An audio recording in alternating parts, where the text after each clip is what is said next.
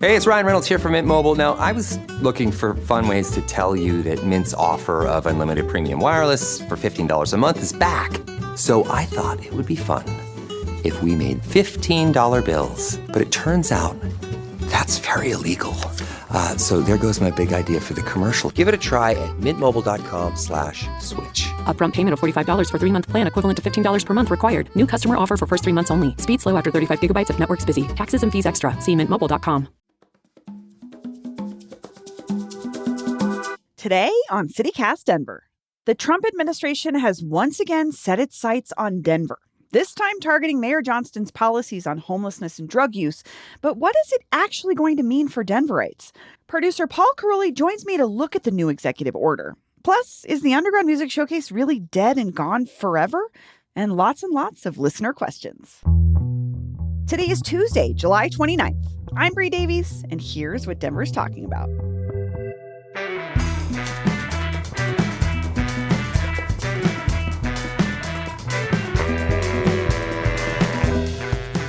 Good morning, Paul. Hey, good morning. Good morning. I'm tired.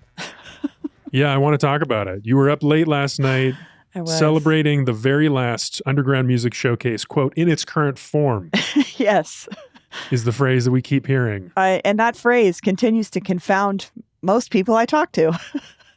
What's the headline? What do we know? We don't know. That's what we don't know, is we just kept hearing that. But, you know, I unfortunately couldn't go Friday because I had an event. And then Saturday I did this, I went to this town hall that Youth on Record hosted to talk about the future of the UMS. And then Sunday, I went to the actual festival.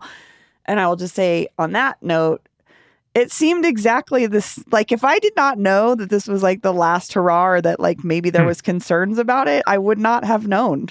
It felt very normal. The shows were all... The crowd same size? Crowd seemed like the same size. My husband pointed out there were a lot of ticket codes going around for half-price tickets, so maybe that helped boost it a little bit, but it didn't seem... That is the trick. It didn't seem like low attendance or anything. Like all the usuals. The high dive line is always down the block. That was happening. You know, I went to HQ. It was about 2/3 full, normal for that venue. The bigger stages ebbed and flowed all day with crowd size. It just felt very normal. And the streets were full of people and people were having a great time. There was definitely like behind the scenes-y feelings of folks that have worked on it for a long time or been in the music industry in some capacity, feeling sad about it for sure. And honestly, I think Devotchka was like the perfect show, potential festival ending band because they have a song called How It Ends. But that even was just felt like a big regular, I don't know. It felt very normal. So... Yeah, I have to say, I was there on Saturday afternoon. I did not participate in any of the music, not really my thing, as listeners know.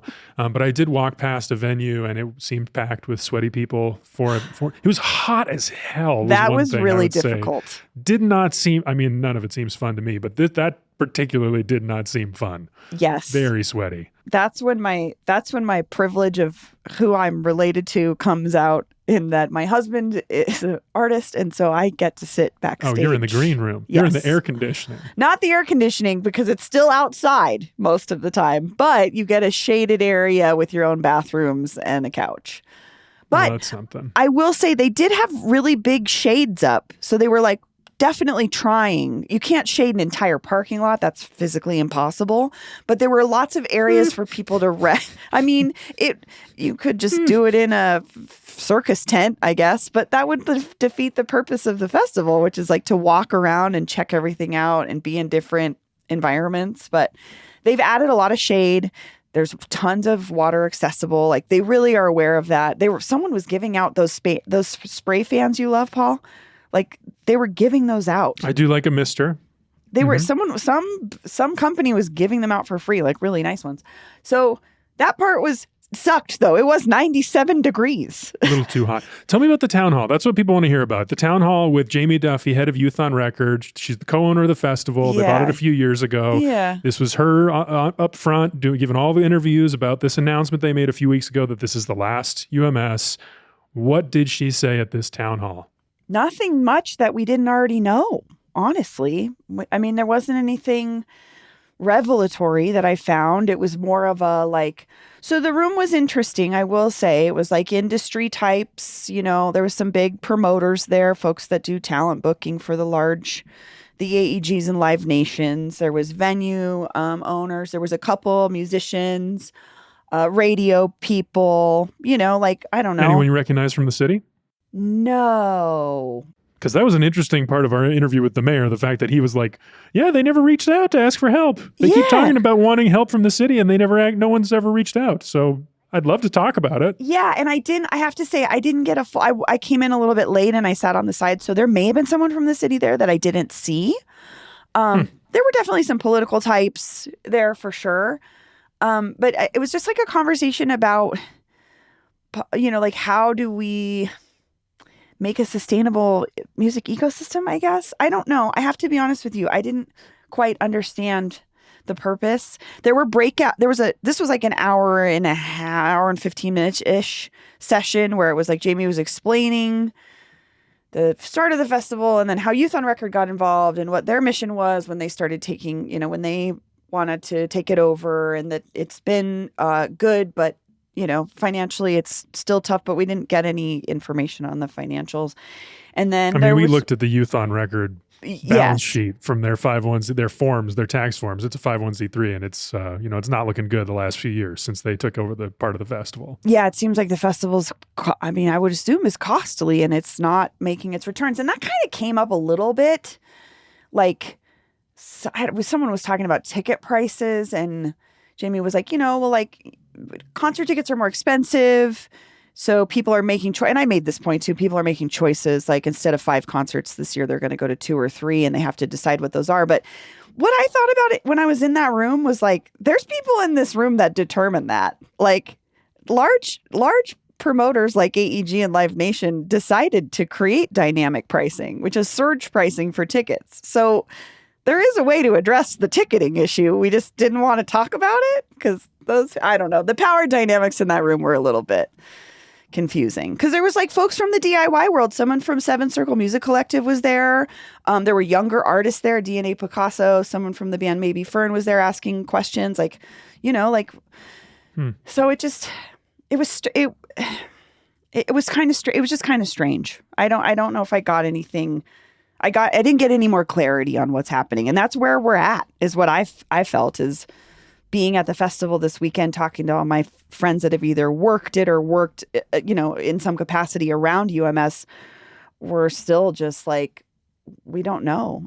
We don't know what's going to happen. So it's a lot of unknown. We'll see when the dust settles and they sum up the revenue and the expenses and such. I want to ask you about one thing because the AEG of it all is interesting. I've been talking to people who are very close to the festival over the last few weeks, and one of the speculations or hopes from someone who used to be quite close to it was that AEG would buy it. Oh my God. Since they're so good at running this kind of thing. And like AEG ran that Fisher concert that seemed like a huge hit on 16th Street during the kickoff.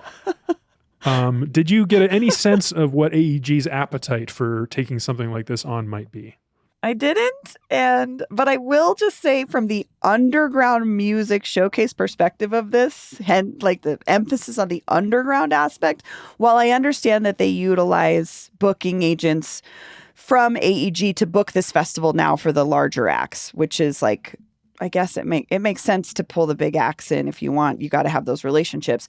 I think some folks would say that makes it not the underground music showcase anymore then. It's not really underground if you're using the second or first largest promoter in the country.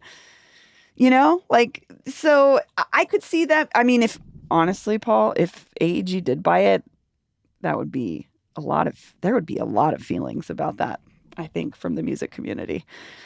It's complicated. It's a corporation. And there's no doubt they're involved in the music scene here, but when you put underground on something, it changes things a little bit. So what I could see is maybe new festivals popping up I think some people just want a cool show. Yeah, but the purpose of the Underground Music Showcase from the beginning was to showcase underground musicians. And so that means people that aren't selling tickets yet, or are on a local level, and we're introducing them to more people. So that's where I'm saying the name could be a little bit more loaded than just who takes it over next. You know, I don't know. We'll see. Fair enough. It means we've got a blank slate maybe for next summer concert season, and we'll see, because Westward Music Showcase didn't happen last year. I don't know if they're planning on doing it again. So there's really some space for these kinds of festivals to maybe grow or change or whatever. Because the other thing I heard, I have to be honest with you, bands and artists really looked forward to playing this. It was aspirational for a lot of smaller bands. In Denver, this was the big festival that you might be able to apply to, that you could actually get into to play in front of new people. So that's a legitimate thing that people really looked forward to. And I hope that continues in some way. We'll see, but I don't know. The future of the UMS is still unknown.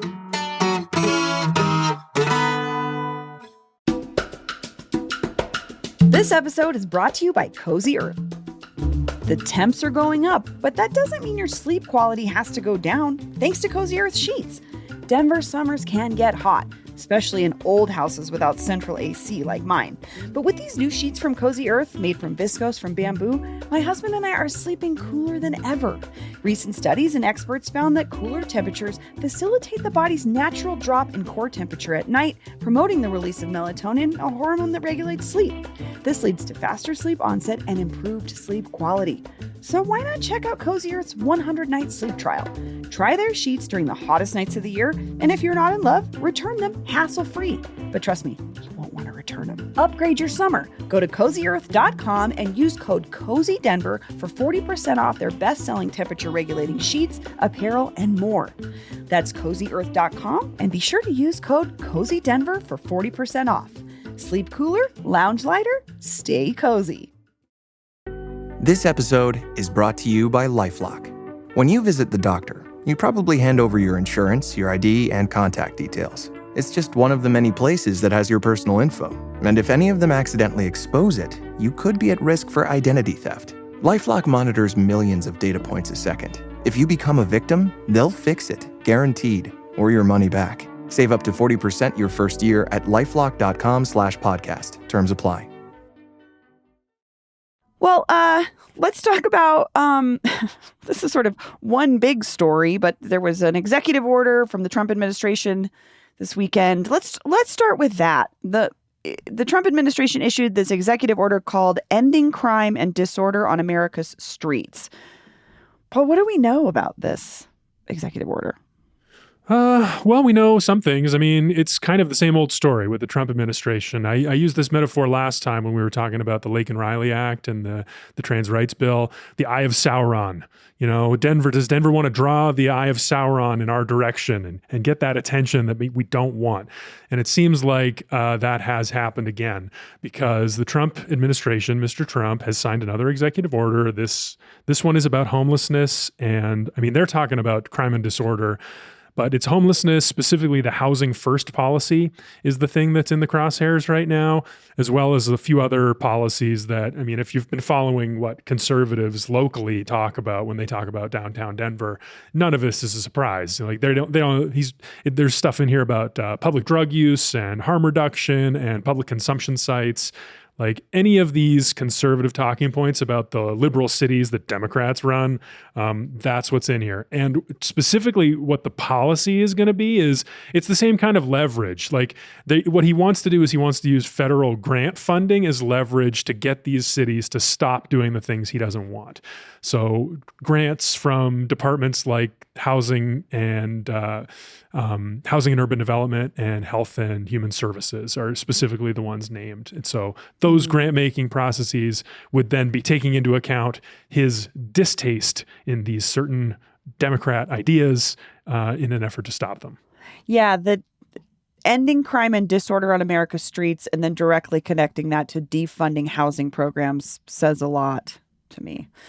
So I guess if it's implemented, how is Denver going to be impacted like this? I mean, when it comes to federal money, like how are we going to see, or maybe do we know how this could play out for our city?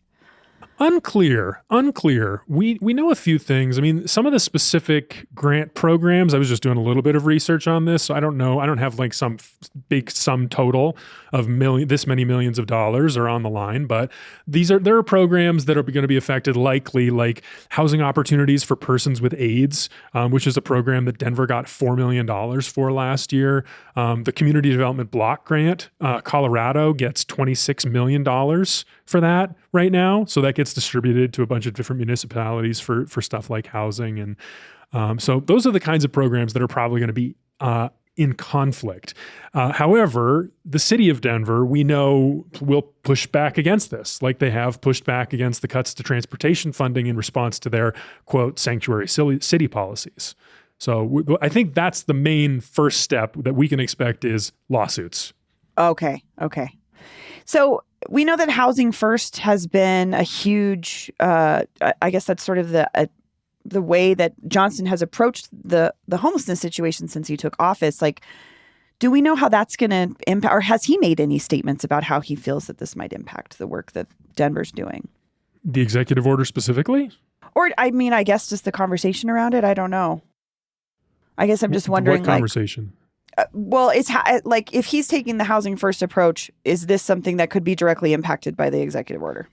Sure. Yeah. I mean, if he wants that grant money, depends how much he wants it and how well they can fight it in court. Yeah. Who's got the best lawyers? That's what it's going to come down to. Doesn't that cost and a lot of money?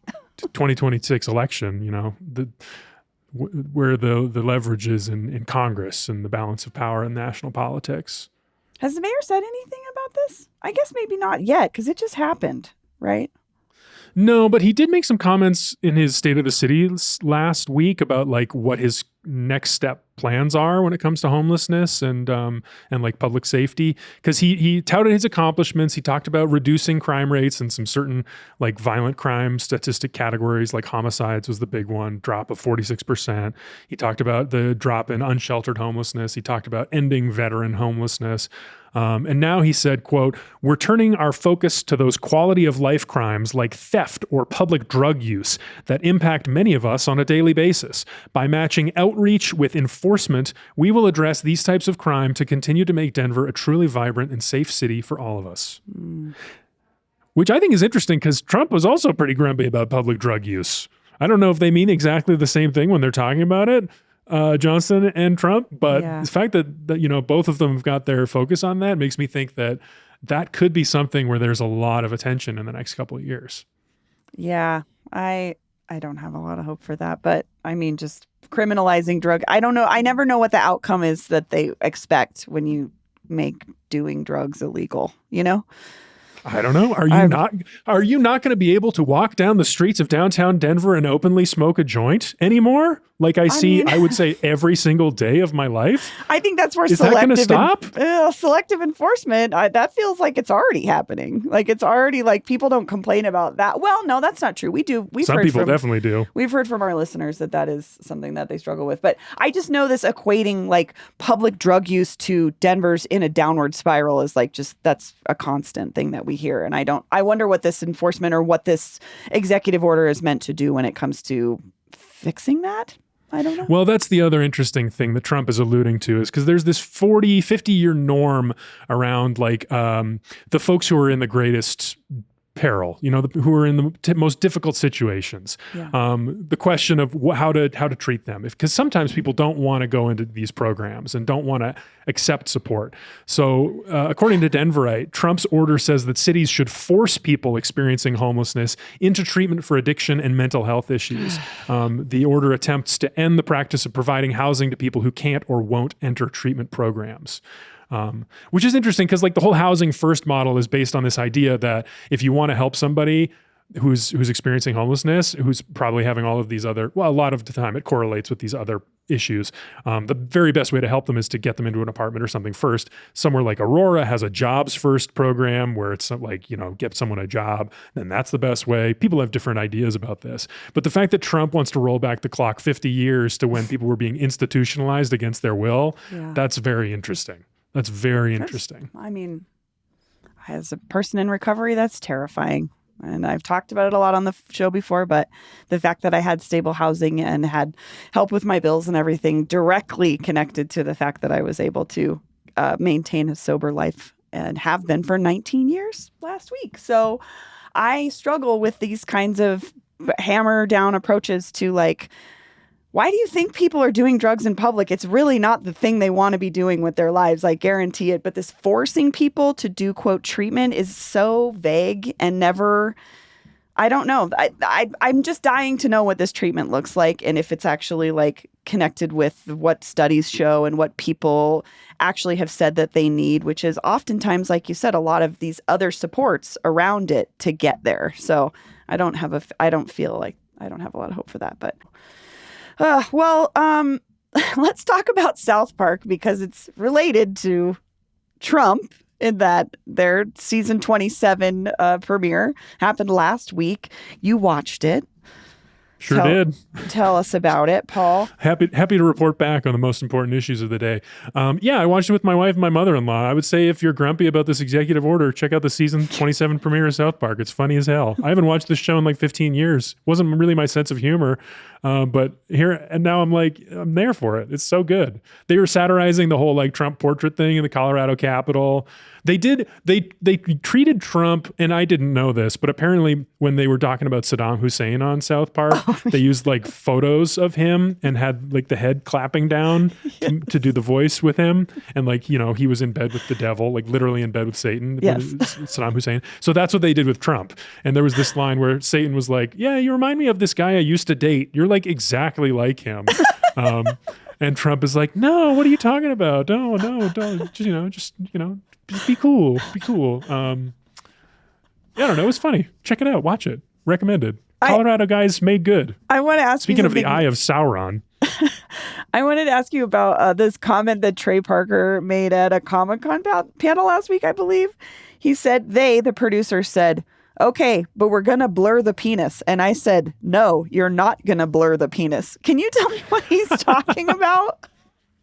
Well, he's talking about a male genitalia. But actually, I think what he's alluding to is there's this fight going on right now with the FCC, or it was going on. It's kind of settled now. But the FCC was not approving a proposed merger between Paramount, which is Comedy Central's parent company, which is the channel that streams South Park, and this other company called Skydance. And so there were these rumors going around about like what kind of like concessions Trump was asking for in order to allow his FCC to approve this merger. You know, a lot of people were speculating maybe that was why Stephen Colbert's Late Show was canceled on CBS. Yes. CBS is another property of Paramount. I've read a lot of reporting that says that's not the case, but South Park was also in that mix because Matt and Trey were at the same time as this FCC deal was being reviewed, they were negotiating a new contract, and they just signed a huge one, $1.5 billion, lots of money potentially going back into the Casa Bonita IP. Maybe we'll see a little expansion out there on West Colfax. But they got their bag, and so that's what he's alluding to. I think is like how much the South Park guys are willing to push the envelope now, given that their contract is signed and that the FCC has approved this big merger. Okay, well, streaming everywhere. If you have Paramount Plus, you can watch it right now. I will personally. I'm hoping for them to open a whole new wing of Casa Bonita that includes a lot of these satirical Trump portraits that they featured in the episode of him doing just like disgusting acts that he would be unhappy with. I think that would be so funny. Like South Parkify this place. I mean, it's in a giant strip mall. I think there's a lot of space for them to potentially expand. We've talked about it before. Maybe they will. Buy out the dentist. Yeah. The brewery's pretty good on the other side. I like the brewery. But they could keep going down the line. I mean, they also got a huge parking lot. They could build it out.